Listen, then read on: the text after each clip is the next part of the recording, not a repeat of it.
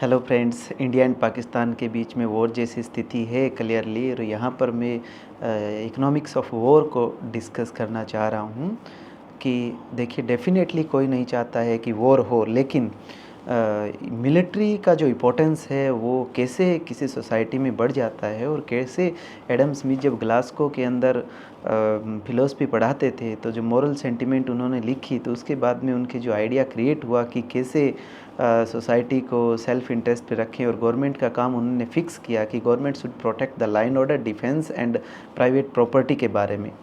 तो यहाँ पर देखिएगा, बहुत इंपॉर्टेंट बात मैं आपसे डिस्कस कर रहा हूँ कि अक्सर मैं इंडियन पार्लियामेंट में एक डिस्कशन सुनता था जब लेफ़्ट का बहुत बोलबाला था कि क्यों इतना एक्सपेंडिचर करना है, इंडिया शुड रिड्यूस इस मिलिट्री एक्सपेंडिचर, राइट।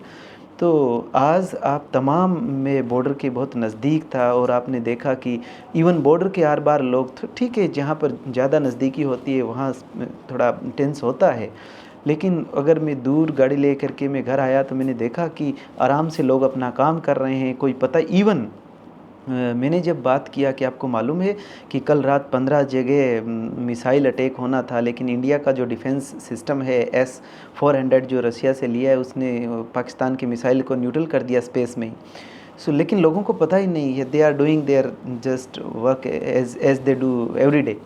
अब देखिएगा कि जब कोई आदमी घर से कस्सी लेके निकलता है या कोई वर्कर अपना टिफ़िन लेके निकलता है काम करने के लिए कि वो तभी निकलता है कि उसको ये श्योरिटी होती है कि तू शाम को घर वापस आ जाएगा। कितना इम्पोर्टेंस होता है डिफेंस को स्ट्रॉन्ग करना, क्योंकि जब तक आपका डिफेंस स्ट्रॉन्ग नहीं होगा तब तक कोई किसी इकोनॉमिक एजेंट को फेथ नहीं आएगा काम करने का। डेफिनेटली जिस तरह से Indian air force, military and navy के अंदर जो ताकत है, पिछले 2019 के बाद में जो एक्सपेंडिचर जो इंडिया का बढ़ करके कहीं 81-82 बिलियन डॉलर हो गया है, उसका रिजल्ट आप देख रहे हो आज किस तरह से इंडिया के अंदर लोग काम इजीली कर रहे हैं और किस तरह से इंडियन जो डिफेंस सिस्टम है वो वर्क कर रहा है।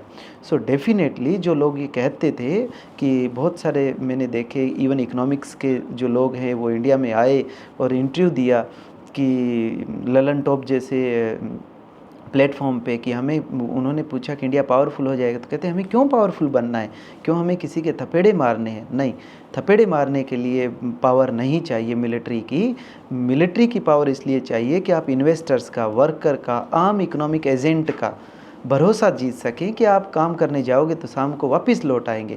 Then state should definitely expenditure on defence. State का इससे ऊपर कोई काम नहीं है। And student should know what government should do and what government should not do. जब तक आपका डिफेंस स्ट्रांग नहीं होगा तब तक इकोनॉमिक प्रॉस्पेरिटी नहीं आएगी, राइट। और किस तरह से आज मैं इतनी ही बात कहने के लिए आपसे डिस्कस कर रहा हूँ कि किस तरह से इंडियन मिलिट्री जो डिफेंस एयर किस तरह से वर्क कर रहा है और आपको इवन पता भी नहीं है कि क्या हो रहा है, right. This is the duty of government and they should do, right. And we should understand कि why we establish a government. Heads of the government that they are doing their duty. कितना important है कि military पे खर्चा करना, defence को strong रखना, right. आज यूएस के अंदर 500 बिलियन डॉलर का इन्वेस्टमेंट आता है, तो डेफिनेटली उन्होंने ऐसा इन्वायरमेंट क्रिएट किया है, लेकिन उनका इतना सेफ्टी है कि वो लगभग 850 बिलियन डॉलर मिलिट्री पे खर्च करता है। तो इन्वेस्टर को तसल्ली है कि वहाँ कुछ भी होने वाला नहीं है, आपका इन्वेस्टमेंट सेफ़ है।